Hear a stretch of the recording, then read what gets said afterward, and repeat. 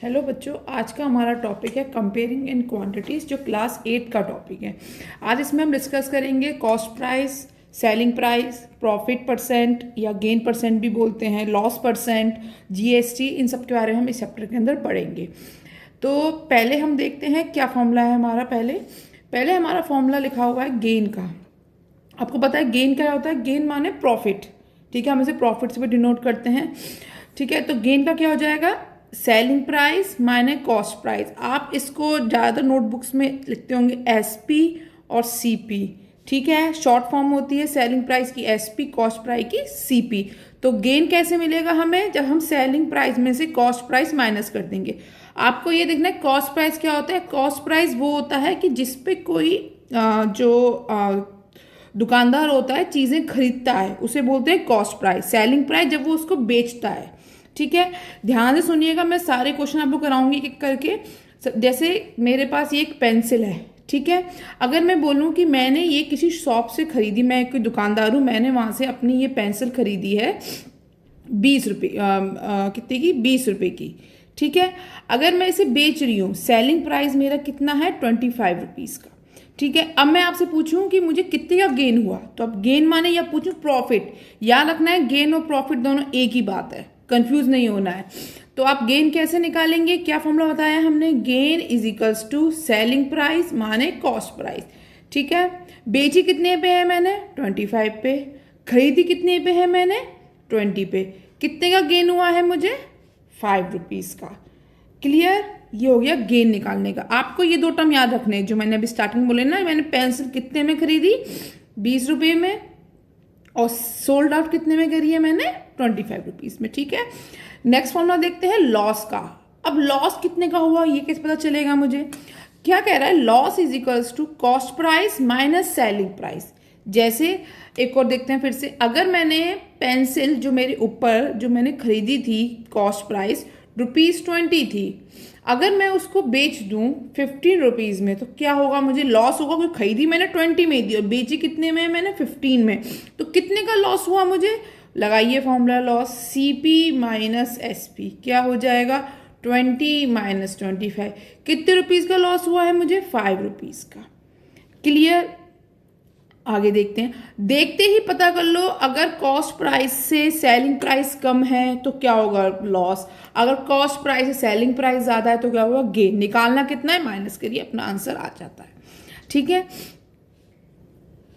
हमें रिमेंबर क्या रखना है? लॉस और gain is always calculated on cost price.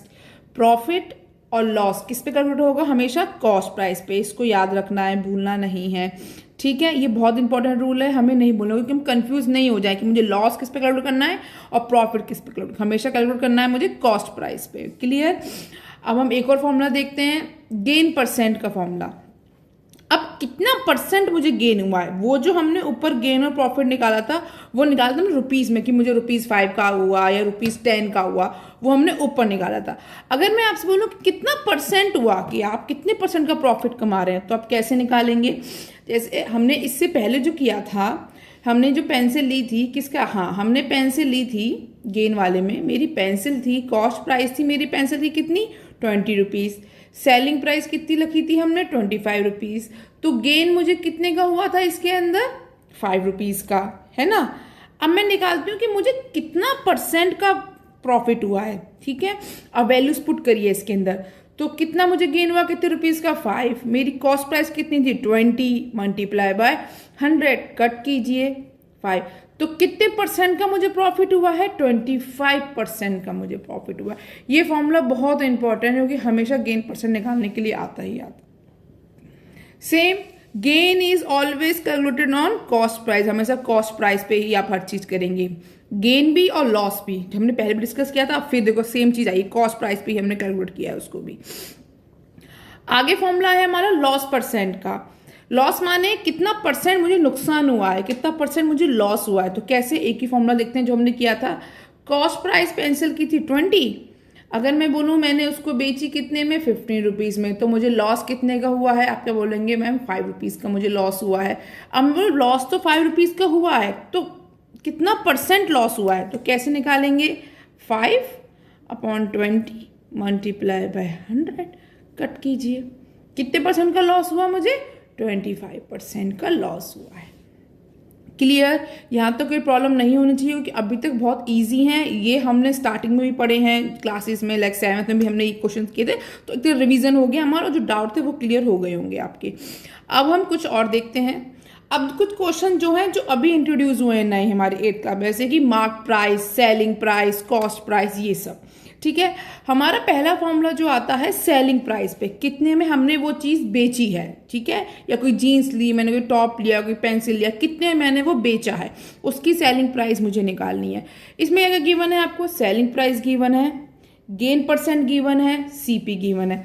Gain percent निकालना हमें आता है, हमने ऊपर फॉर्मूला देख लिया था गेन परसेंट का। सीपी निकालना हमें आता है, एसपी हम निकाल लेंगे अगर कुछ भी मिसिंग होगा इसमें से। ऐसे हम एक क्वेश्चन देखते हैं कि हमने डिस्कस किया था, एक पेंसिल है जो मैंने ली थी 20 रुपीज़ में, सोल्ड आउट करी मैंने इसको 25 रुपीज़ में। सेम फॉर्मूला ले लेंगे हम लोग। एक पेंसिल ली मैंने, कितनी क्या कॉस्ट ली थी मैंने उसकी? 20 रुपीज़ कॉस्ट ली थी। ठीक है, और सेल कितने में की थी, सेलिंग प्राइस कितने में की थी? 25 में। जब हमने ऊपर उसका गेन परसेंट कैलकुलेट किया था, कितने में कैलकुलेट किया था हमने उसका? गेन परसेंट हमें आया था 25% गेन परसेंट आया था। अब मैं देखती हूँ कि मेरी एसपी सही आएगी कि नहीं आएगी, क्योंकि मैंने एसपी ऊपर कितनी ली थी? 25 ली थी। कैलकुलेट करते हैं इसमें, लगाइए वैल्यू 100। कितने का मुझे परसेंट हुआ था? 25% का प्रॉफिट हुआ था मुझे, अपॉन 100। कॉस्ट प्राइस कितनी थी मेरी पेंसिल की? 20। क्लियर? आप इसको इससे कट कीजिए, इसको यहाँ पे कट कीजिए। ओके, और ये कितना हो जाएगा? 125 अपॉन 5। कट कीजिए, कितना आ गया? 25। तो मेरी सेलिंग प्राइस क्या थी पेंसिल की? 25। देखिए चेक हो गया, हमने वो ही लिया था। क्लियर? सारे फॉर्मूले लिंक होंगे आपस में। जब भी कहीं पे भी गेन परसेंट नहीं पूछा जाए, गेन परसेंट का फॉर्मूला हम पीछे कर चुके हैं, आप निकाल सकते हैं। कहीं पे कॉस्ट प्राइस नहीं गिवन हो, निकाल सकते हैं, फॉर्मूला है हमारे पास, सब चीज गिवन है, बस फॉर्मूले याद होने चाहिए आपको। एक और करते हैं।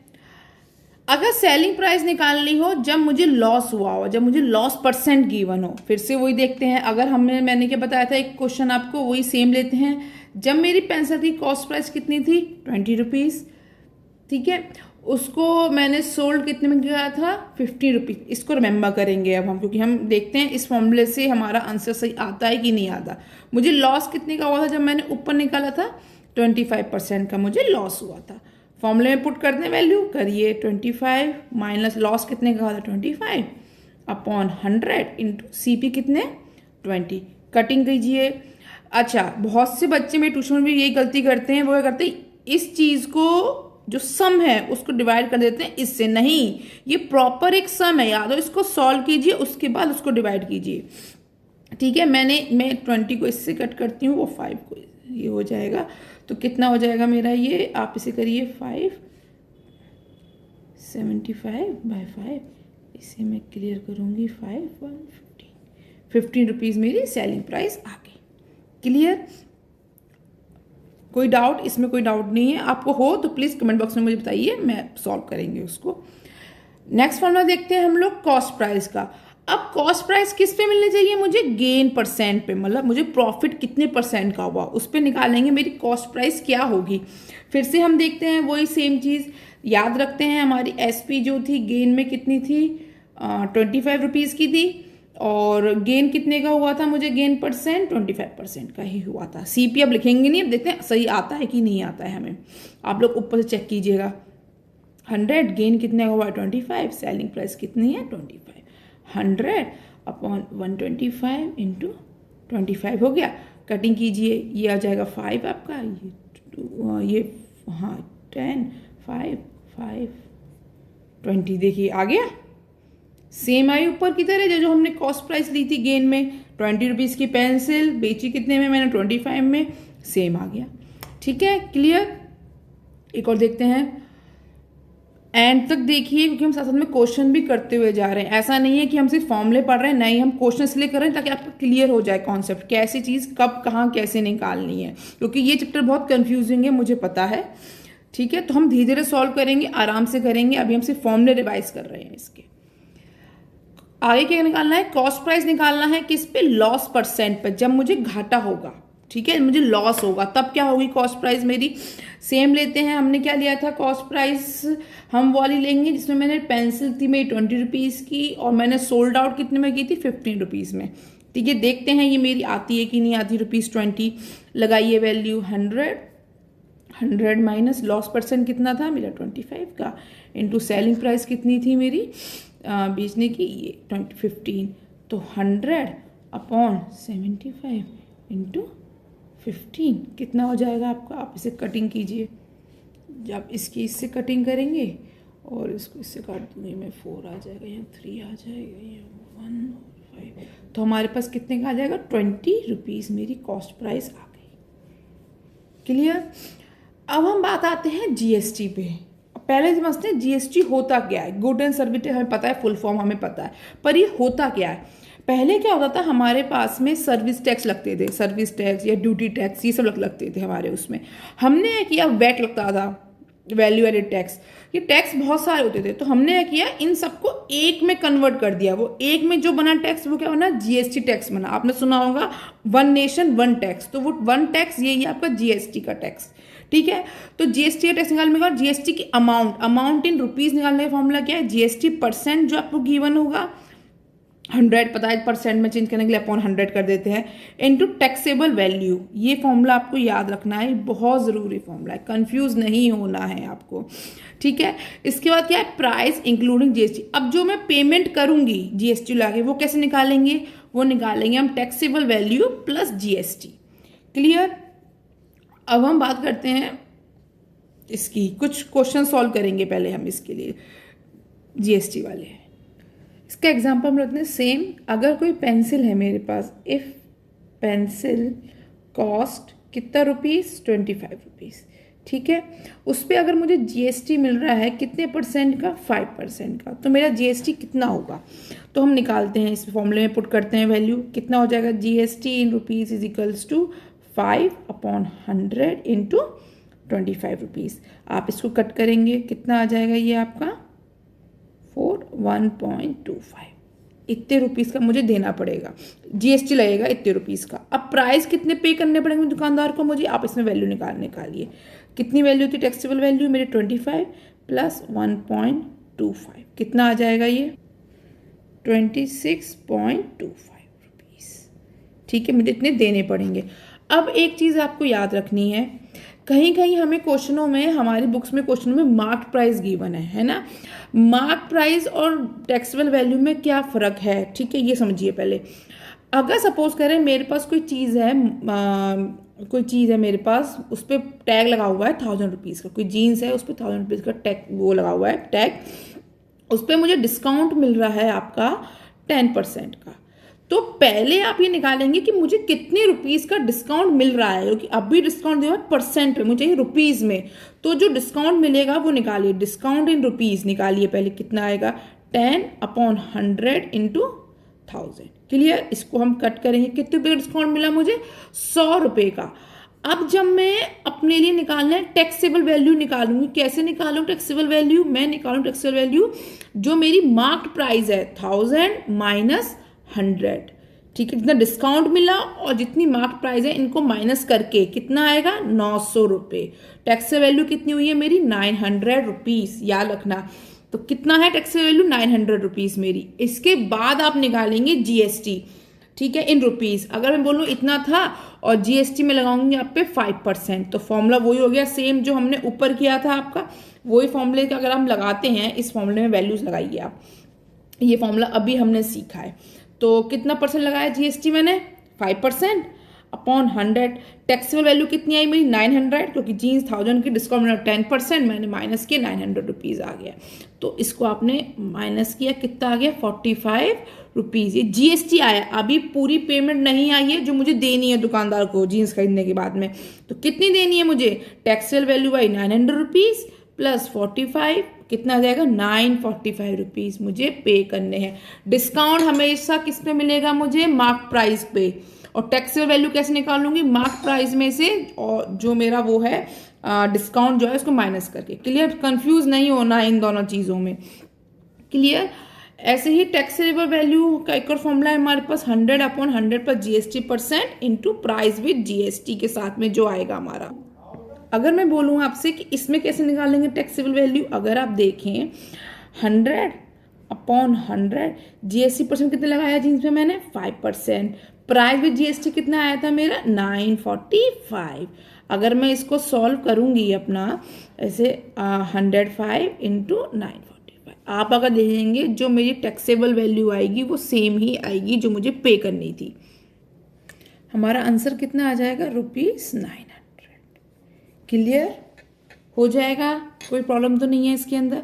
अच्छा, आपको एक चीज़ और याद रखनी है, हमें डिस्काउंट कैसे निकालेंगे। अगर बाई चांस हमें ये गिवन हो कि आपको सेलिंग प्राइस भी गिवन है, ठीक है, और आपको मार्केट प्राइस भी गिवन है। अगर मैं बोलूँ ऐसे सेलिंग प्राइस है मेरा ₹20 और मार्केट प्राइस है मेरा ₹25, तो इस पर डिस्काउंट कितना मिलेगा। एक शॉर्ट फॉर्मूला है, याद रखिएगा, discount is equals to MP minus SP। तो 25 माइनस 20 इज इक्वल्स टू ₹5 का डिस्काउंट मिलेगा।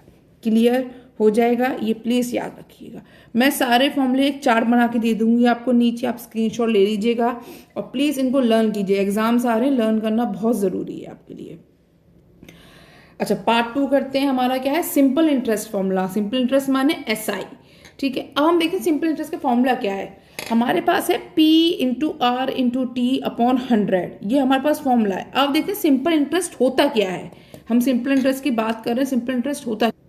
सिंपल इंटरेस्ट वो चीज़ होती है कि जब हम बैंक में अपने पैसे जमा करते हैं, डिपॉजिट करते हैं, उसके बाद जो हमें एक्स्ट्रा मनी मिलती है उसी का बोलते हैं सिंपल इंटरेस्ट, ठीक है। तो जो एक्स्ट्रा मनी हमें मिलती है after saving some rupees is known as simple interest. Clear हुआ। इसलिए हम principal amount, rate of interest, time और 100, आप मतलब पापा मम्मी कहते नहीं है कि आप बैंक में पैसे जमा कर दो, इतने टाइम के लिए हमें इतना पैसा मिलेगा, वो यही चीज़ होती है।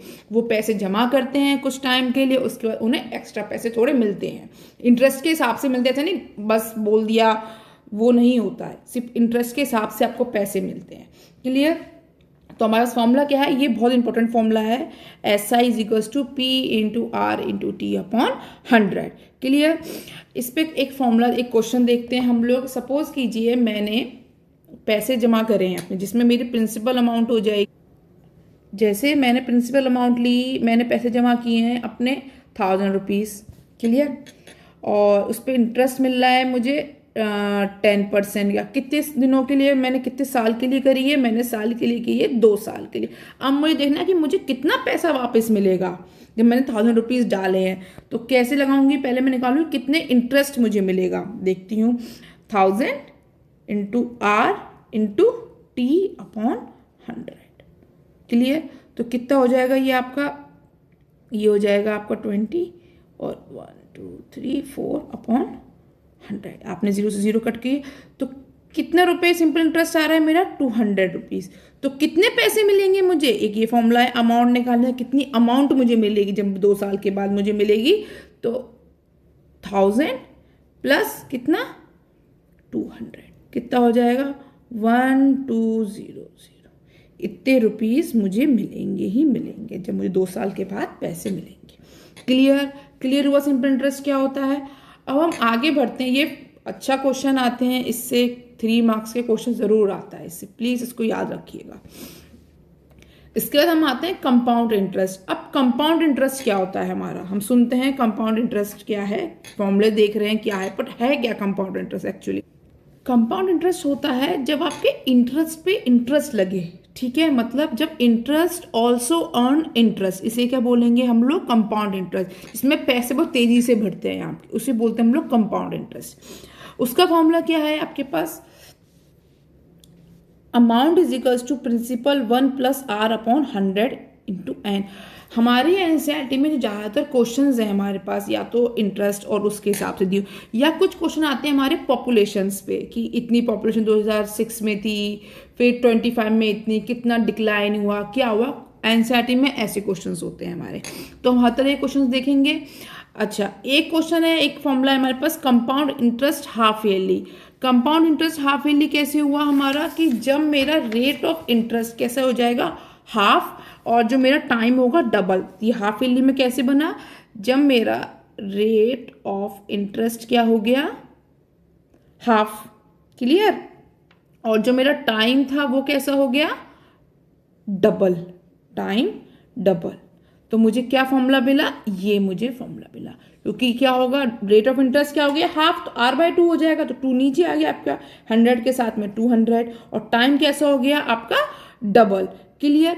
अगर मेरा ये क्वार्टरली होगा, क्वार्टरली माने हर 3 महीने में, हर 3 महीने मतलब चार, हमारे पास एक साल में, 1 ईयर में, या ईयर लिख देते हैं, कितने क्वार्टर होते हैं, 4 क्वार्टर होते हैं।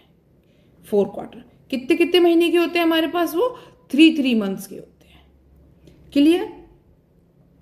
तो मैंने क्या किया, इसको r/4 करोगे तो 4 नीचे आ जाएगा आपका, ये रफ तो 400 हो गया, और टाइम भी 4 टाइम्स हो जाएगा। तो मैंने ये कर दिया आपका। क्लियर हुआ इसका। इसको प्लीज याद रखना है, rate is half and time is double, rate divided by 4, time multiply by 4। बस कंफ्यूज नहीं होना है। अगर वो हाफ ईयरली बोलेगा तो याद रखना है कि रेट मेरा हाफ हो जाएगा, टाइम डबल हो जाएगा। क्वार्टरली बोलेगा रेट मेरा 1/4 हो जाएगा, और क्या होगा, टाइम 4 टाइम्स हो जाएगा। क्लियर हो जाएगा। ऐसे एक क्वेश्चन देखते हैं हम लोग थोड़ा सा इसके लिए। देखिए हमारे पास एक फॉर्मूला था तीनों का, हम तीनों को सॉल्व करेंगे। इसमें हम लोग जो प्रिंसिपल अमाउंट लेंगे वो क्या लेंगे, हम लिख लेते हैं पहले। प्रिंसिपल अमाउंट आप लोग लेंगे ₹1000, रेट ऑफ इंटरेस्ट आपका हो जाएगा 10%, और टाइम लेंगे हम 2 ईयर्स। तीनों में करेंगे। किस किस में हम करेंगे, क्वार्टरली करेंगे, हाफ ईयरली करेंगे, एंड एनुअली करेंगे। ये हम तीनों निकालेंगे। क्लियर। क्वार्टरली का फॉर्मूला क्या था हमारा, अमाउंट निकालने का, P = 1 + R/400, क्या आएगा आपका 4n। ठीक है। वैल्यूज पुट करिए अपनी सारी, 1000, 1 + R 10/400 कितना हो जाएगा, ये आपका 8 ईयर्स। इसको सॉल्व कीजिए, 1000, 410/400/8, इस 0 से ये 0, इस 0 से ये 0, और भी कट जाएगी। हमारे पास आएगा 1218.40। ये मेरी अमाउंट आ गई क्वार्टरली की। ठीक है। हाफ ईयरली के अमाउंट निकालते हैं। Amount = P 1 + R/200 upon rate of interest half, time double, same वही किया मैंने आपका। वैल्यूज पुट करिए, 1000, 1 + 10/200, 2 × 2 4 हो जाएगा आपका। करिए इसको सॉल्व, 1000 कितना हो जाएगा, 210/200/4। ये 0 से ये 0, ये 0 से ये 0, और भी कट जाएगा। ये आएगा 12121.0। क्लियर। ये मेरी इसकी अमाउंट आई। अब मैं निकालूंगी एनुअली की। A = P 1 + R/100 /n। Into में n आ गया, P लगाइए 1000, 1 + R कितना हुआ आपका 10/100, टाइम कितना है 200। हम इसको सॉल्व कर देते हैं। कितना हो जाएगा, 1000, 110/100 का स्क्वायर, इस 0 से ये 0 गया, इस 0 से ये 0 गया, कितना आ जाएगा आपका इसका आंसर, ये आएगा 1210। क्लियर। ये अभी मेरे तीनों ईयर्स की, तीनों क्वार्टरली, हाफ ईयरली और एनुअली की अमाउंट आ गई है। अब क्या निकालना है मुझे, कंपाउंड इंटरेस्ट। तो कंपाउंड इंटरेस्ट आपका क्या होगा, आपका कंपाउंड इंटरेस्ट होगा अमाउंट में से आप क्या करेंगे, माइनस करेंगे प्रिंसिपल। ठीक है। अब पहले हम किसका निकालेंगे, क्वार्टरली का, जो मेरे पास था। निकालिए CI क्वार्टरली का। अमाउंट कितनी आई है, 1218.40 माइनस में 1000, कितना आ जाएगा, ये आपका आ जाएगा ₹218.40। क्लियर। अब हम किसका निकालेंगे, हाफ ईयरली का। आप हाफ ईयरली का निकालिए। अब इसी को सेम प्रिंसिपल अमाउंट कितना है, 121.50 माइनस किसके आएगा 1000। ठीक है। ये कितना आ जाएगा, रुपीज़ आपका आ जाएगा 121.50 का माइनस करेंगे तो तो हमारा आंसर आएगा आपका ₹215। अब हम क्या निकालेंगे, एनुअली का। एनुअली भी निकालिए, कितना आया था मेरा अमाउंट, 1210 माइनस में 1000, कितना आ जाएगा रुपीज, इसमें से माइनस करेंगे 210। आपने एक चीज़ नोटिस करी, सबसे ज़्यादा मेरा कंपाउंड इंटरेस्ट किस में आया है, क्वार्टरली में। उसके बाद किस में आया है मेरा, हाफ ईयरली में। फिर किस में आया है मेरा, एनुअली में। तो इससे मुझे क्या कंक्लूजन मिलता है, more compounding is equals to more interest. जितनी ज़्यादा कंपाउंडिंग करूंगी मुझे उतना ही इंटरेस्ट मिलेगा। क्लियर, इसको बस याद रखिएगा। आपको इससे रिलेटेड वर्कशीट चाहिए तो प्लीज़ कमेंट में लिखिए, कोई डाउट है तो कमेंट में लिखिए, और इसकी PDF चाहिए नोट्स की तो कमेंट में बताइए। Thank you and please share, subscribe and comment. Thank you for watching.